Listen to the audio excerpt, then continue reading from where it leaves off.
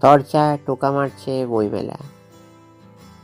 বাঙালি বইপ্রেমীদের অন্যতম উৎসব আন্তর্জাতিক বইমেলা। সালটা ছিল 1974। দুপুরবেলায় কফি হাউসে গল্পে মশগুল কয়েকজন তরুণ প্রকাশক, সাহিত্যপ্রেমী এবং লেখক।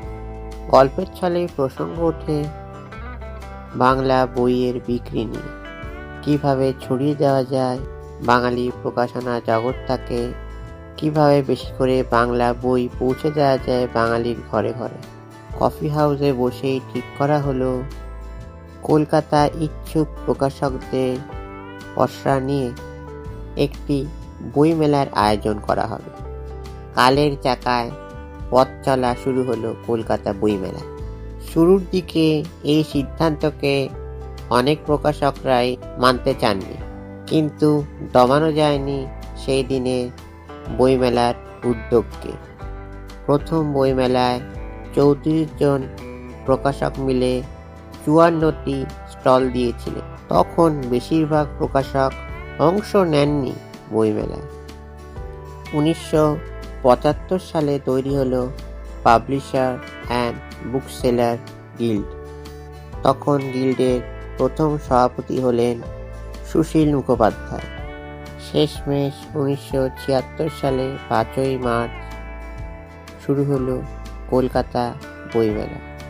প্রথম বইমেলা নানা দিক থেকে স্মরণীয় ছিল। জানা যায় তখন নাকি প্রচণ্ড বৃষ্টি নেমেছিল কলকাতায়, ফলে মেলা চত্বরে জল জমে যায়। সাহায্য করতে এগিয়ে এসেছিলেন স্বয়ং বইমেলার সভাপতি। তিনি পাঞ্জাবি খুলে সির্ফ একটি গেঞ্জি গায়ে মেলা চত্বরে নেমে পড়লেন জল পরিষ্কার করতে। জল পরিষ্কার করতে করতে বেরিয়ে গেলেন মেলা চত্বরের বাইরে। মেলায় ফের ঢুকতে গেলে তাকে আটকায় নিরাপত্তা কর্মীরা। অর্ধ উলঙ্গ হয়ে বইমেলায় কে এসেছে? সেই নিরাপত্তাকারীদের বেশ কিছুক্ষণ সময় লেগেছিল যে ওই ব্যক্তি স্বয়ং বইমেলা সভাপতি। বছর পাল্টায় আর সেই সঙ্গে পাল্টায় বইমেলার চেহারা ও চরিত্র। ভারতের প্রথম কলকাতা বইমেলার জনপ্রিয়তা ছড়িয়ে পড়তে থাকে দেশে ও বিদেশে।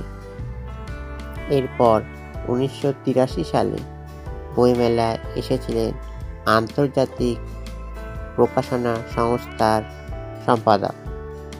মেলা দেখে আবেগে আপ্লুত হয়ে পড়েন সেই আন্তর্জাতিক সম্পাদক। আর সেই বছরই কলকাতা বইমেলার মুকুটের সঙ্গে যুক্ত হয় আন্তর্জাতিক তকমা।